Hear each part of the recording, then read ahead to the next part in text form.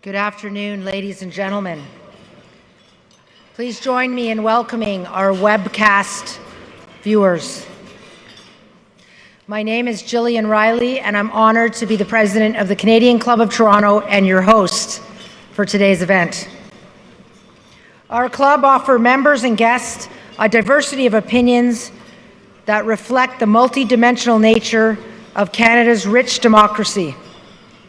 Here, we offer access to dynamic political, business, and public figures.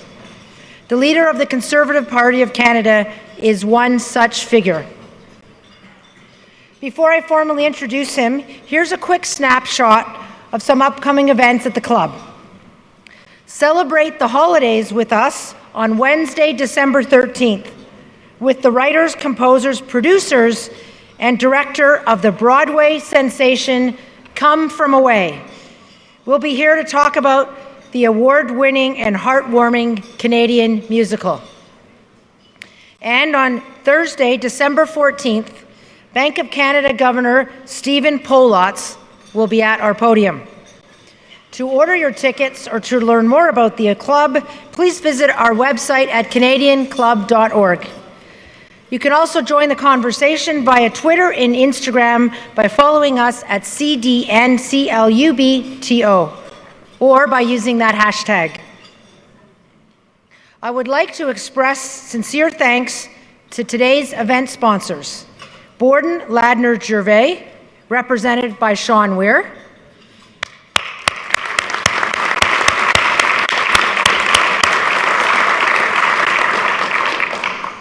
and TD Bank Group, represented by John Prato. Thank you very much for your generous support, too.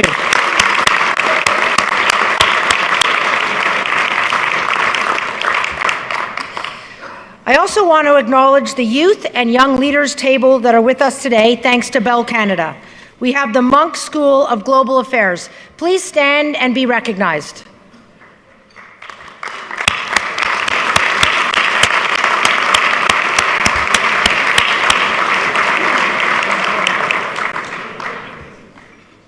Thank you for joining us today. And now, our guest speaker. Members and guests, let me remind you, if you have any questions or comments for our speaker, and he is very, very excited about taking questions, so please jot them down, and our staff will collect them. Our guest speaker has been on the job for 6 months, traveling from sea to shining sea to present his plans for prosperity.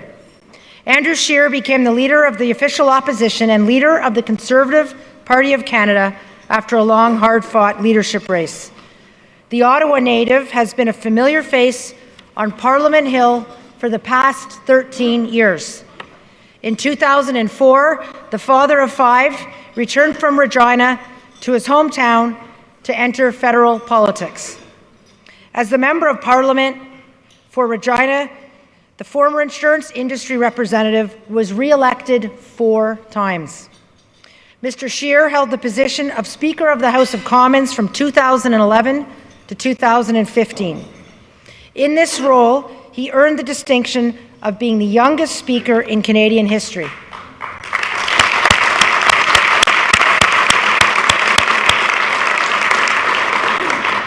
After the 2015 election, Mr. Scheer served as the official opposition House Leader before entering the Conservative leadership race. Now, as Conservative Party Leader, he welcomes the opportunity to share his vision for Canada. Now, I'd like to share something I just learned today at lunch with Mr. Scheer. He banks at both Scotiabank and the TD Bank. Mr. Scheer, the Canadian Club of Toronto podium is yours.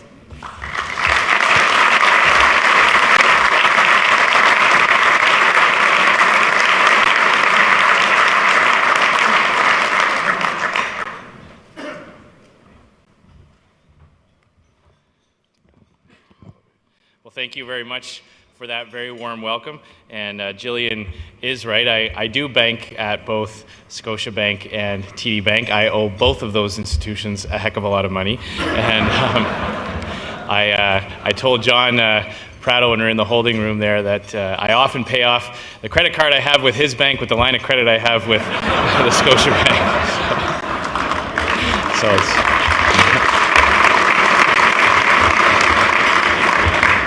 So it's great to be at a table where, in essence, I guess they're buying me lunch today for all the... It's great to be in Toronto. There's certainly always a great buzz when I come here. I have a lot of fond memories coming to Toronto. As many of you may know, my mom grew up in Mississauga, just right near the Port Credit GO station. And Port Credit, great neighborhood, just off of, actually on Cawthra Road, just off the QEW. So I have lots of great fond family memories of taking the GO train in to see Blue Jays games and going to the X. And there's always a great buzz and excitement when you're downtown. And there's certainly a winning sentiment in the air. You know, I got to congratulate Argo Nation on a great win last week. Last Sunday. I understand Toronto FC just won and they're in the finals. That's great. So I know there's a lot of people in Leafs Nation hoping that this is contagious, that this is going around. So. Always risky to show your allegiances in hockey in Canada. I grew up in Ottawa, so we won't get into a... Yeah, thank you. Okay, thank you. This is... Yay, Lisa McLeod is here from Ottawa. Great. It says... Fantastic. Great to see you here. Well, as many of you know, we did finish a very competitive and exciting leadership race for the Conservative Party of Canada. I think at one point there were 16 candidates all competing amongst each other, good friends, colleagues, former colleagues, who all went out and tried to win. And in doing so, we got a little bit of criticism from some in the media. You know, there'll always be some articles or some columns talking about how there's just too many people running for the Conservative Party. There's too many candidates. And it did make for some challenging environments when it came to the debates and things like that. But, you know, I kind of reflected on basically what the message that those criticisms were saying. They were basically saying that there are too many people willing to sacrifice time away from their friends and family and go out across the country and bring new people into the Conservative Party of Canada. There are too many people who are developing innovative policies and going out and spreading them amongst Canadians to try to re-engage in areas where we lost. There are too many people going out and selling and signing up new members to grow our party. And along the way, the Conservative Party of Canada grew from about 75,000 members to over 250,000 members strong. Those are problems I like to have as a leader. So on May 27th, I was selected after 13 rounds in a very competitive race, and I immediately hit the ground running. I wanted to get right in there that first week and show that the Conservative caucus was united, that we were focused, and we were ready to hold the Liberal government to account and start building the case to earn back the trust of Canadians in the next election. The House sat for about 3 or 4 weeks, and then it was off to hit the road over the summer. Now, I wanted to spend those first few months really just listening. I think it's very important for any government, any political party that loses an election to really understand why. We have to approach this part of the electoral cycle with a great deal of humility. Clearly, we need to improve in some areas. Clearly, there are things that we did last time that we need to address and do more things differently and some things better, and some things maybe less of. So that's what my plan was for the entire summer. And then on July 18th, the Liberals gave the Conservative Party and the opposition an issue to go out there and talk to Canadians about. On July 18th, the Finance Minister tabled his tax measures. Now, the tax measures were originally presented as a series of consultations, but those consultations came with draft legislation. They were far beyond just consultations aimed at getting feedback. They were specific policy proposals. And what we witnessed as a result of that was a slow but steady, good old-fashioned Canadian tax revolt. People from across the country, aided in many cases by local chambers of commerce and professional associations and groups like this, started sharing the information and promoting the advocacy that was required to push back against these measures. And it wasn't just the substance of the reforms that caused so many people so much concern. It was the divisive and insulting rhetoric that came along with it. And my first message to Prime Minister Justin Trudeau, that first day back in the House of Commons after the summer, when I was talking about all the plumbers and roofers and interior designers and farmers and professionals I had met all across the country, was that these hardworking people are not tax cheats.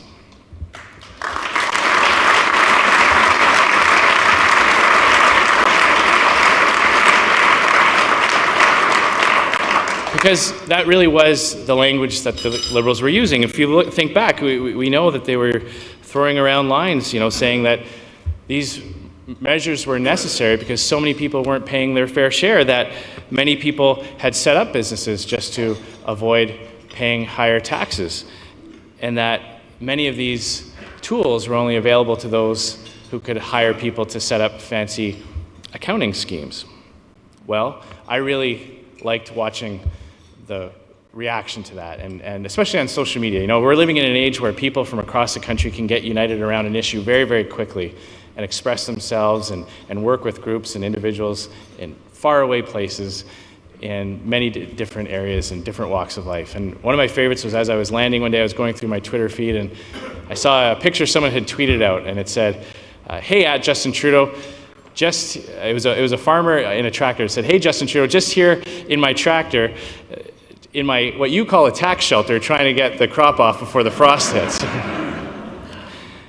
There's another one of a shop owner opening up the doors for the day, saying, "Hey, at Bill Morneau, just here trying to avoid paying my fair share of taxes for the next 9.5 hours." And it was really that type of rhetoric that I think prompted that reaction and helped with the pushback.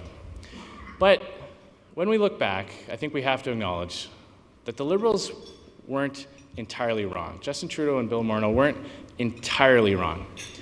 There were some wealthy Canadians who were using fancy accounting schemes and high-priced help.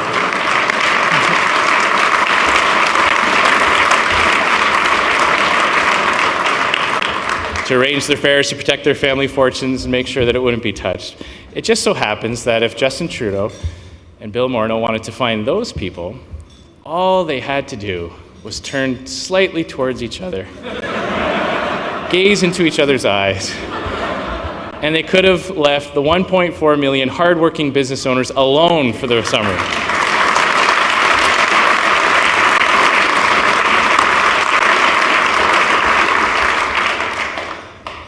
I was so passionate about this issue because it really resonated with me personally.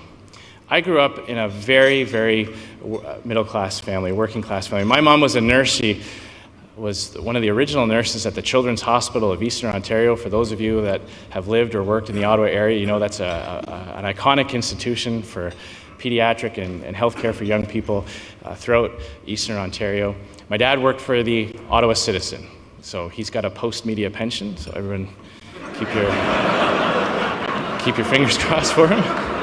I don't want him moving in with me, so please go out and subscribe to any paper you like. You don't have to read it, just have to subscribe to it.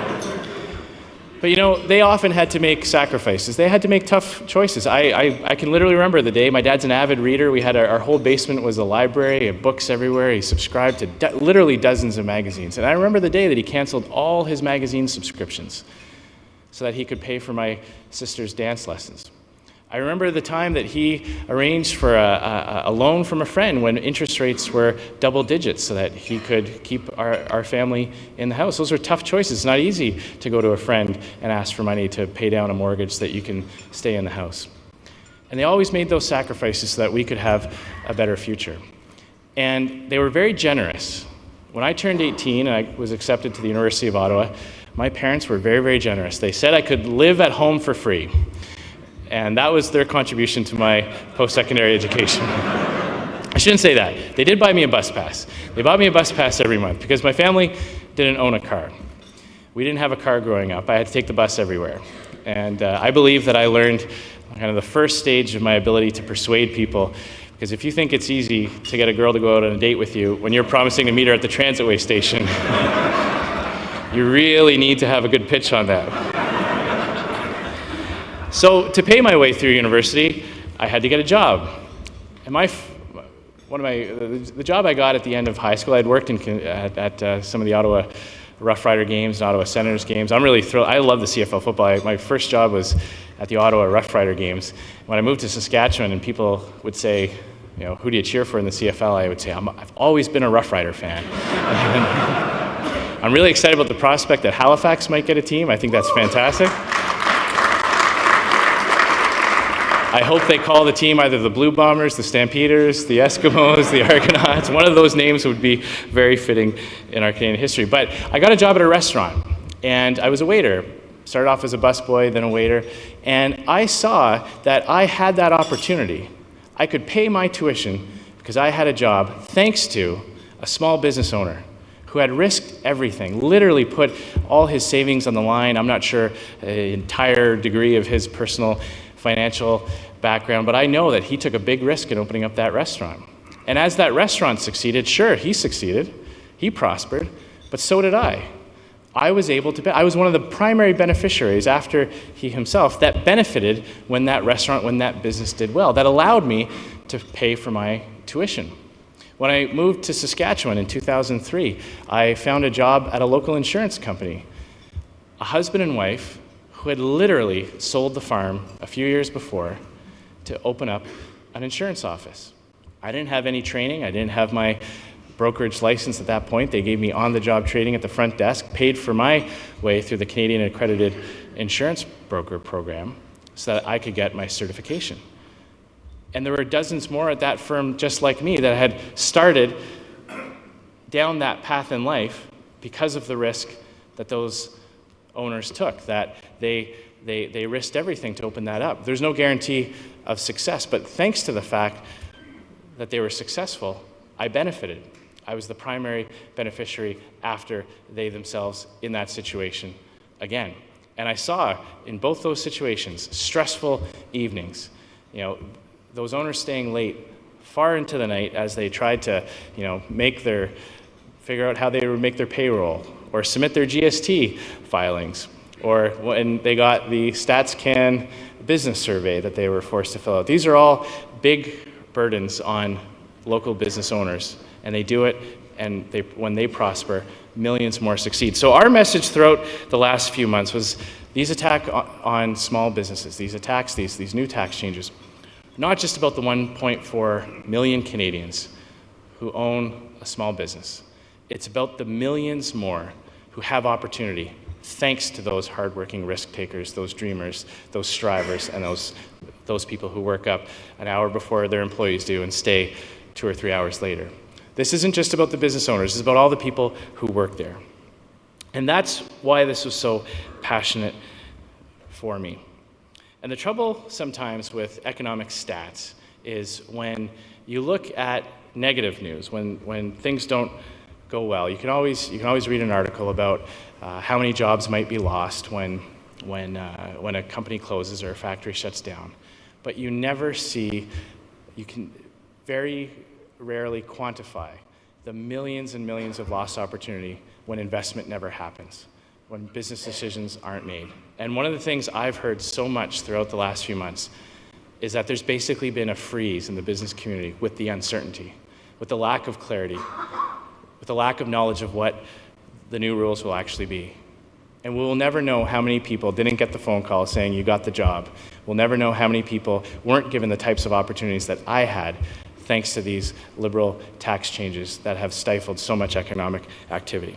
So that's the problem. We have a government now that is so focused on pitting one group of Canadians against another, dividing Canadians along these types of lines, ignoring the fundamental principle that prosperity is contagious, that success breeds other success, that we can all do well together, that you don't have to create losers in order to create winners. And this attitude of always trying to tear people down in the name of building people up has to stop.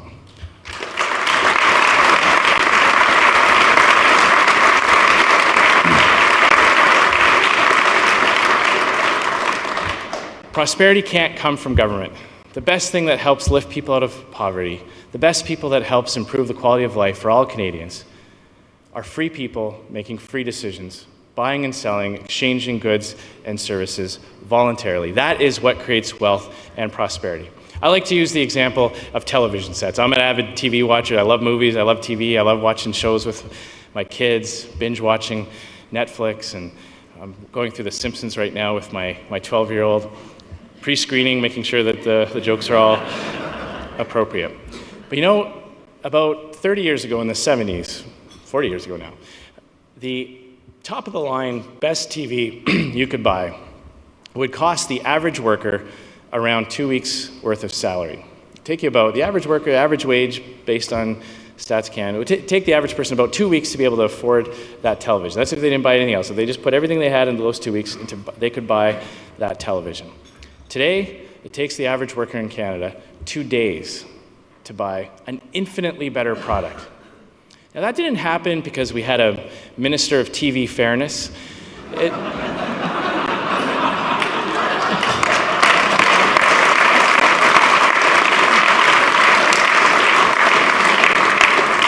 There's no royal commission on innovation, and there was no speeches given about we'll get you 500 channels in every living room and a chicken in every pot. It was because the free market worked. The people who made the product continually tried to improve it and find more efficient ways of producing it. And as a result, lower income Canadians, people who 40 years ago wouldn't be able to buy that television, now have a better product thanks to the magic of the free market, thanks to voluntary exchange. Every single voluntary transaction in a free market enriches both the buyer and the seller. Otherwise, they wouldn't do it. That is the only way that you can create prosperity. The government cannot come along and look at the economy like a giant computer console, start pulling levers and switching dials and saying, well, we'll have a little bit more innovation there, and maybe if we create a supercluster over here, we can have growth and improve the quality of life. It is free people making free decisions. It is hardworking business owners creating those opportunities for those that don't have the skill or the means to do it themselves. It is the risk takers. It is those who are willing to put everything on the line, and if they fail, to pick themselves back up and try again. We benefit thanks to that economic engine in our society. Now, when we see the Liberal approach, we see the exact opposite. We see the Liberals trying to do that. And the fundamental thing that I've learned over my last decade and almost a half in federal politics is that the very people that the left claims to help are hurt the most by their policies. That they're very...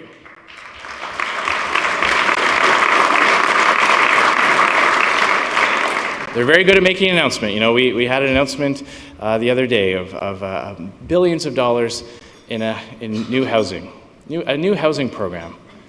Much of it is left unfunded and left to the provinces to decide how to pay for it. And at the same time they're doing that, this Liberal government has pushed the dream of home ownership out of the reach of millions of Canadians with the new changes to the CMHC. I had a question in the Kitchener-Waterloo area about funding innovation and the Liberal government taking big bets on different aspects of the new economy. And I said, yes, sometimes there obviously there's a role to play to support infrastructure and research and things like that. But the hundreds of millions of dollars that this Liberal government has announced in that particular field will pale into the comparison with the lost economic activity when it comes to a new carbon tax that will siphon off wealth from every single industry in our country, or higher CPP payroll taxes that will make it harder for workers to keep their job as business owners have to make tough decisions. So this is what we see with this government, always making things harder for the very people they claim to help. So I've still got a few more months leading up to the next election, about a year and a half now, before we're into campaign mode. I can assure you that the Conservative Party of Canada will be putting forward a robust series of policies that will speak to the practical effects of the challenges that Canadians face in small towns, big cities, in every province, in every territory. Because I believe firmly that Conservatives don't need to change our message from one place to the other. We don't need to change our product. Our Conservative principles of greater individual freedom, of trusting the private sector, trusting the free market, trusting the rest of society beyond government, I know that will work everywhere from coast to coast. When you think about one of the biggest problems with the left is that they fail to recognize that there is more to society than just government. A great example of this is how this government has changed the program to welcome refugees from around the country. They put in an artificial cap of 1,000 privately sponsored refugees. Now, I had supper with the Archbishop of Toronto just a few weeks ago at his annual dinner. And Archbishop Collins said that the Archdiocese of Toronto could do so much more. And I know there are faith groups all throughout the GTA. There are community groups, there are individuals, there are volunteer groups that would like to do more. But the government has artificially capped that and expanded the government program. Why? Why shut out those who are willing to do that out of their own free will, out of their own sense of giving back to the community, out of their own sense of charity and compassion for those around the world? My mother-in-law volunteers with a group called the Open Door Society in Regina. They've done such good work, all volunteers, welcoming people from all around the world. Real practical things, helping people get their driver's license, helping people get enrolled in English language training, renewing health cards and things like that. You couldn't pay a bureaucrat to do that kind of work. There isn't enough money in Ottawa to pay bureaucrats to do the types of things that individuals in Canada want to do and would do more of. So a big part of my message too is, in order to create the prosperity that I know is untapped in every part of this country, in many cases, is just to get government out of the way and let individuals do what they want to do.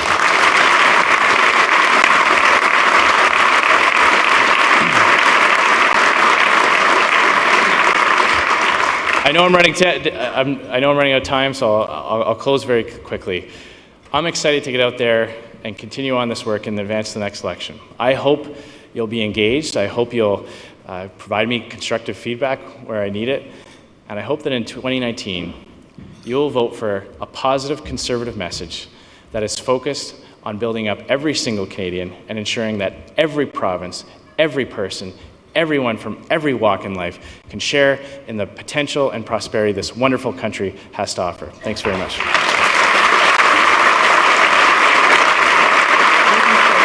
Where's this mic?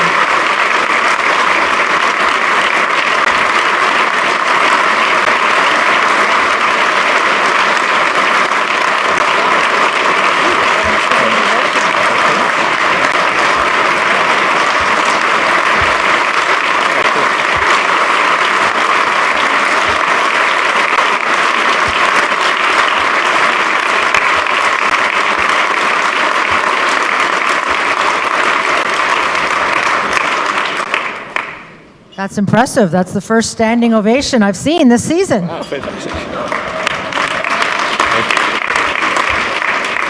Now, there are a few questions here for you. Fantastic. So I'm going to start with the first one. How does your campaign candidacy differ from that of candidates before you? What will be the key to your success? Well, I really do think that the Conservative Party has identified some of the things that we didn't do well in the past, and our campaign will be very different. We ran a series of very effective, very well-designed campaigns throughout, from 2004 on. And obviously, we've learned some of the lessons that didn't work last time. I don't like to look too much about what happened in the past. I'm more of this is an opportunity for me to write the next chapter in the Conservative Party of Canada. But I think we're going to try to take advantage of some of the tools that have just exploded. Speaking to different groups of people through different platforms, social media, new tools. I mean, I was just getting the hang of Facebook, and then everyone told me that, well, now everyone's on Instagram, so doing that now and learning a bit more about Snapchat and things like that. But I think what we really have to do going forward is to always frame things in that positive light, to always talk about how not so much the things that we're against, but the things that we're for, and making those practical connections between the principles and the philosophy that guide the Conservative Party of Canada and how it affects people in their lives. In other words, provide people with an aspirational message. I don't think that voters ever say thank you at the ballot box, and it's really not their job. You know, that you don't, you're not there, when you go and put an X beside someone's name, your job is not to thank someone for a job well done. You're choosing what the next 4 years will look like and what you want it to look like. And I think that's the key for the Conservative Party in the next election, is to really have a robust set of aspirational policies that really capture the imagination of everyone of every age and every region. Great, thank you.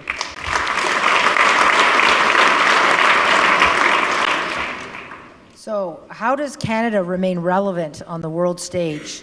What are your plans to make that happen? Well, I believe we need to go back to having a principled foreign policy that stood up for what was right,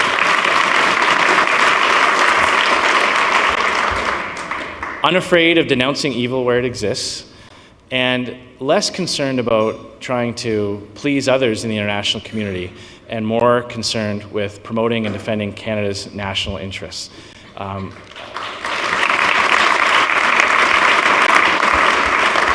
I could run down a long list of examples of failure with this Liberal government. You know, we just recently had a much touted announcement on UN peacekeeping. We had, the Prime Minister teased this out, and everyone was waiting for this one, this ground-shaking, earth-shattering new policy. And what was the policy? Can anybody tell me? It was a few hundred troops that the government would give to the UN, and the UN would decide the mission for us and tell us what it would be, and they would serve under that command. I've called for Canada to lead the way for a peacekeeping mission in Ukraine, where we can stand up to Russian aggression in the region.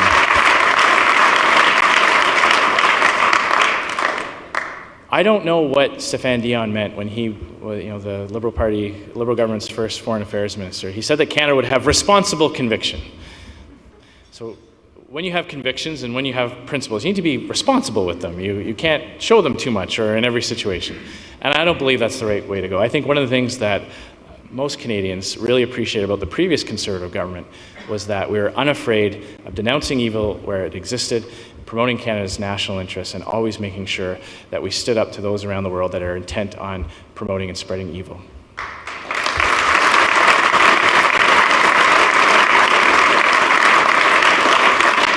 We now have a question from one of our students from the Monk School of Global Affairs, and it reads as follows. Last month, Brookfield Institute released a study that 40% of Canadian jobs could become automated over the next 10 to 15 years. What should Canada do to prevent mass unemployment?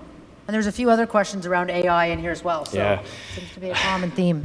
Well, AI is something that I'm certainly learning more about, and I think it will present a challenge. I tend to look at this as, if it happens organically and naturally in a free market, then that's one thing.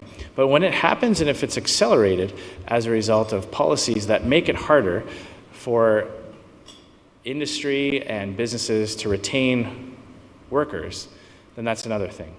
So I will confess, I go to McDonald's far too often, and the last time I was in there, I didn't give my order to a human being. I punched it into a computer. Now, there are many reasons for that, but if some of those reasons are artificially imposed impediments to hiring or retaining workers, in other words, if governments are making labor more expensive, then is that a good thing? Disruptive change will happen.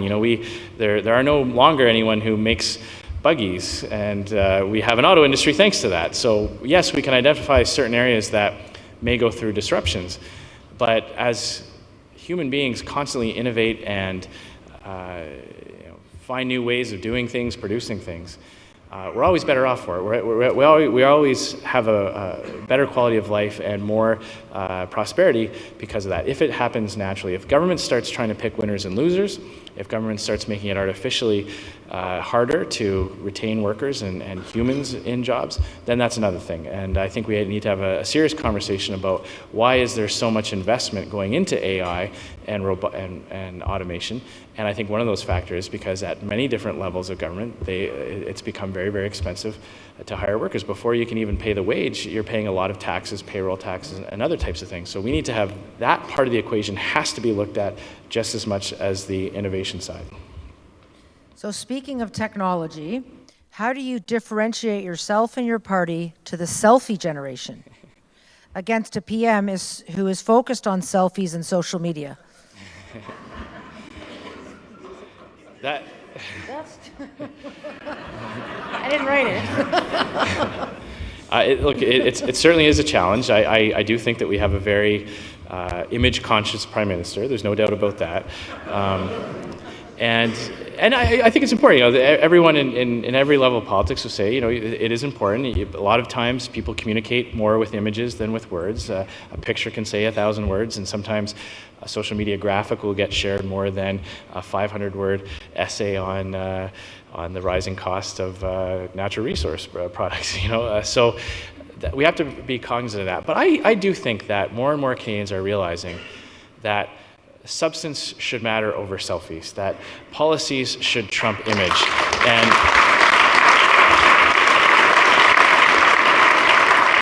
And while it's fun to kind of peer into people's lives and follow people in the national eye from you know, coast to coast and throughout their daily lives, it's the things, it's the decisions that are made that actually affect our lives that we should care about. That's what people should be basing their decision on who to vote for in the next election. And we have a challenge in the Conservative Party. Some of this, you know, we didn't do enough of as we need to do. So we are working on improving our ability to communicate on those same platforms. But I do believe at the end of the day, a good product will always trump a good sales pitch. That sales pitch matters, and it's important to get that right, but you actually have to be offering something in that pitch. So one last question. And it's for everyone in the room here, it's very relevant. If you have it your way, what would Ontario look like in 5 years, in 10 years? Are we talking politically or? I get it. I didn't write it. Look, I got to tell you, one of the things that was so frustrating for me when the Conservative Party was in government was constantly, we would make these changes. We would lower taxes. We would find ways to attract new investment. And almost at every turn, the Liberals here in Ontario would undo the good work that we were doing in Ottawa. And now the architects of the Ontario economy, the disaster that is the energy programs that are rife with scandals, the high tax rate, the hydro rates that are pushing people. I met with a manufacturer in Markham during the leadership campaign, plastics manufacturer who sold into the auto supply chain. I think he said he had about 3 dozen workers or so. He had already cut his shift down to 4 days a week just because of hydro costs, just because of the rising cost of hydro. That's less hours for those workers. That means that they all had to take a pay cut as a result of those high hydro costs. So I think if there's one thing that we need to make sure happens in Ontario, because Ontario is such an important economic engine for the rest of the country, and so much of the national prosperity, we are so interdependent between provinces. We have to make sure that we have a government in Ontario that understands the fundamental economic building blocks of this country. And I don't think the Win Liberals have a very good record here in Ontario. And now we're seeing the results of that.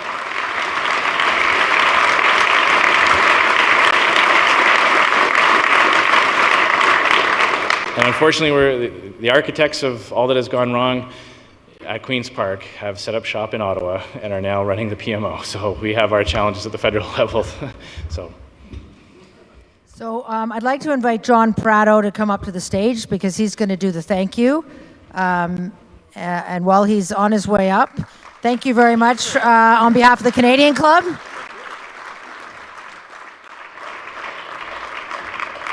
So over to John. Thank you, Jillian. Good afternoon, ladies and gentlemen. My name is John Prado, and I'm honored and privileged today to give thanks to our honorable guest. First, Andrew, I want to thank you for choosing public life. You've had a distinguished career in Parliament as an MP, as a distinguished speaker, as a leader of the opposition, and you're getting ready to be the next Prime Minister of this great country.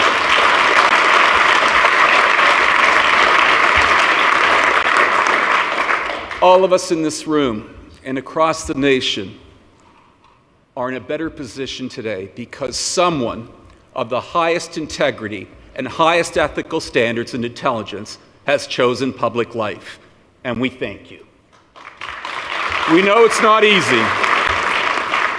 Second, after hearing you today speak, we are all excited. Today we heard a different vision for our country, a different path for Canada, and that is important to hear differing views. You stated today that we are less than 2 years away from the next federal election. In fact, it's 689 days. And today, we heard loud and clear that Canadians will have a clear chance and choice to a different view. Merci pour avoir partagé notre vision pour notre pays. Thank you very much, Andrew. Thank you. Today's meeting is adjourned. Thank you. Have a wonderful afternoon.